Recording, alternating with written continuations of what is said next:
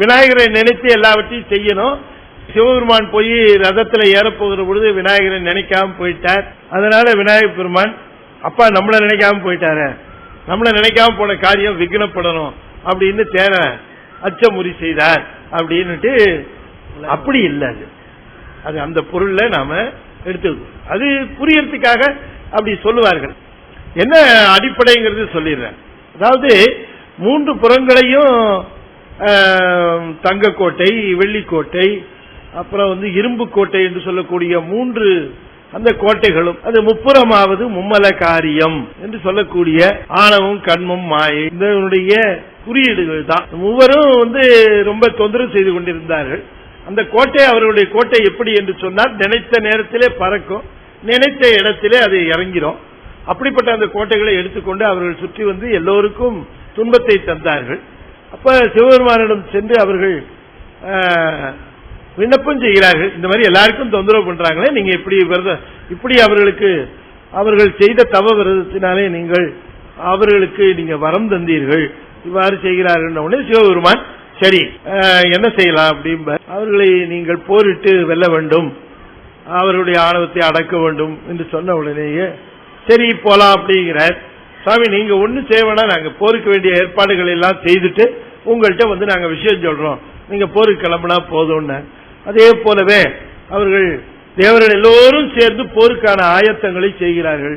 தேர் தயார் பண்ணுகிறார்கள், பூமியை தட்டாக வைத்து சூரிய சந்திரனை சக்கரங்களாக செய்து, அதுக்கு குதிரைகளை 4 குதிரைகளை, அதுக்கு 4 வேதங்களையும் குதிரைகளாக பூட்டி மிகப்பெரிய ஏற்பாடு.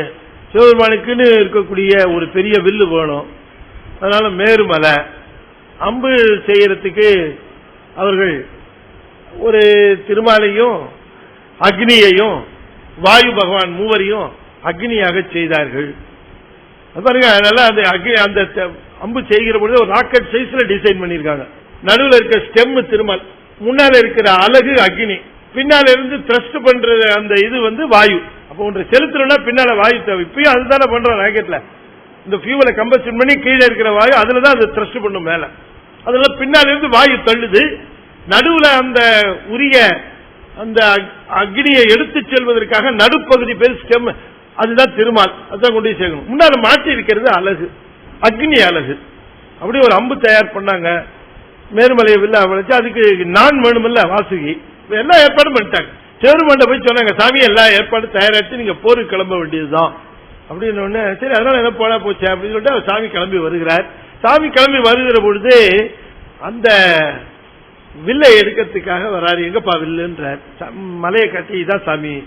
என்னப்பா மலையை காட்டி வில்லுங்கிறீங்க, நீங்க எந்த மலையும் வில்லா வளைப்பீங்க சாமி, அதனாலதான் காட்டுறோம். சரி ரைட்டு, இதுக்கு நான் வேணுமேப்பா என்ன வாசுகியை காட்டினாங்க. சரி மேலுமலையை வில்லா வளைச்சு நானும் பூட்டி அப்படி நின்னார். இந்த சாமி தேர் தயாரா இருக்கு, நீங்க ஏறிக்கங்க சாமி. அம்பு எல்லாம் தயாரா. இந்த தேர் ஏறதுக்காக போகிற பொழுது தேவர்கள் எல்லாம் நினைத்தார்கள், சுவாமி நம்மால போருக்கு போகிறார், நான் தான் இந்த தேர்ல அச்சாணி போட்டு விட்டேன், நான் தான் இந்த சக்கரத்தை மாட்டி விட்டேன், நான் தான் மேல் தகடு போட்டு விட்டேன், அட போய்யா நான் தான் முன்னால குதிரையை போட்டேன். இப்படி ஆளுக்கு ஆளு தாம் செய்ததாக பெருமைப்பட்டுக் கொண்டார்கள். சுவாமி ஒன்னும் ஒரு நினைப்பெல்லாம் தெரியாதவரா என்ன, சிரிச்சுட்டே போறார். போய் அங்க தேர்ல அப்படி காலை வைக்கிற, அச்சு முறிஞ்சு போச்சு. தேவர்கள் எல்லாம் ஆனாங்க, ஏறனே அச்சு முறிஞ்சு போச்சு. ஏன் முறிஞ்சது அப்படின்னு கேட்டா, இயற்கை என்னன்னா எது என்னுடையது என்று எண்ணுகிறேனோ அது சிவனுக்கு போய் சேராது. தேர் என்னது நம்மளுதுன்னு நினைச்சாங்க தேவர்கள், சிவனுக்கு போய் சேரல, அதான் அச்சு முறிஞ்சு. சாமிக்கு மாலையை போட்டதுக்கு அப்புறம் இந்த அலங்காரத்துல இந்த மாலை போட்டிருக்க அது இன்னைக்கு நம்மளுதுங்க அப்படின்னா போச்சு. போட்டதுக்கு அப்புறம் அது எப்படி ஒண்ணுதாகும்? இன்னைக்கு சாத்தி இருக்கிற வஸ்திரம் இருக்க அது நம்மளுதுங்க, போச்சு. சாமி எப்படா இது அவுப்போன்னு இருப்பாரு. அப்ப நாம நம்முடையது அல்ல, தருகிற பொழுது உன்னுடையது என்று நினைத்து தந்து விடாது. இப்ப எது நம்முடையது என்று எண்ணுகிறோமோ அது நம்முடையது இல்ல. எனவே தேவர்கள் அவ்வாறு நினைத்தார்கள். நினைத்த உடனேயே அவ்வாறு விக்னப்பட வைத்தது விக்னேஸ்வரன்.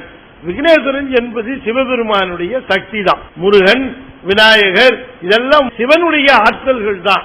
எனவே சிவனுடைய ஆற்றலாக விளங்கக்கூடிய அந்த விநாயகர் என்பது எல்லாவற்றிற்கும் முதல் சிவம்தான் என்று யார் நினைக்காமல் இருக்கிறார்களோ அவர்களுடைய செயல்களை விநாயகப் பெருமான் விக்னப்படுத்துவான் என்கிற அந்த விக்னப்படுத்துகிற செய்தியைத்தான் விநாயகர் அப்படி முறித்தார் என்பதை தவிர விநாயகர் வேறு சிவன் வேறு நினைச்சு அப்பாவுக்கும் பிள்ளைக்கும் சண்டை முட்டி விடக்கூடாது. அவங்க ரெண்டு பேரும் யாரோ இவர் அவர் போன அவர் தேர இவர் முடிச்சாரு, இவரை நினைக்காம அவர் போனாருன்னு சிவன் மூலப்பொருள் முழுமுதற் பொருள்ங்கிற அந்த கான்செப்ட் நமக்கு நல்லா மனசுல பதிஞ்சிடணும். சிவன்கிறது முழுமுதற் பொருள், அவருக்கு தடைங்கிறது என்ன இருக்க முடியும்? எங்கேயாவது தடை நினைச்சு பார்க்க முடியுமா? இல்ல. இன்னொன்னு விநாயகர் வேற சிவம் வேறு. சிவனினுடைய பிரணவ ஆற்றல் தான் விநாயகர். சிவனிடம் இருக்கக்கூடிய பிரணவ ஆற்றலுக்கு பேரு விநாயகர். அது தனியா வடிவமா வச்சாங்க. இந்த பிரணவ ஆற்றலை தான் தனியாக வைத்தாங்க. அப்படி சிவபெருமானிடம் இருக்கக்கூடிய அந்த ஒளி வெள்ளம் தான் சுப்பிரமணியர். மன்யன்னா ஒளின்னு அர்த்தம், பிரன்னா அதிகமான அர்த்தம், சூனா மிகுதியான அர்த்தம். மிகுதியான அதிகமான ஒளி உடையவர் சுப்பிரமணியர் இல்லையா? இது ஒளி பகுதி, அது இது ஒளி பகுதி. இது விநாயகர் என்பது ஒளி பகுதி, முருகர் என்பது ஒளிப்பகுதி. எனவே ஒளியும் ஒளியுமாக சிவனுக்கு இருப்பது விநாயகரும் முருகரும் என்கிற அந்த உண்மையை உணர்ந்து சிவன் வேறு விநாயகர் வேறு என்று நினைக்காமல் சிவனே விநாயகர், விநாயகரே சிவபெருமான், சிவனுடைய பிரணவ ஆற்றல் தான் விநாயகர். எனவே அந்த பிரணவ ஆற்றலானது உலகிற்கே எல்லா சக்தியுமாக இருப்பது அப்படி தன்னுடையது என்று கருதுகின்றவர்களுடைய செயல்களை விக்னப்படுத்தும். அவ்வாறுதான் இந்த தேரானது அச்சுமுறிந்தது.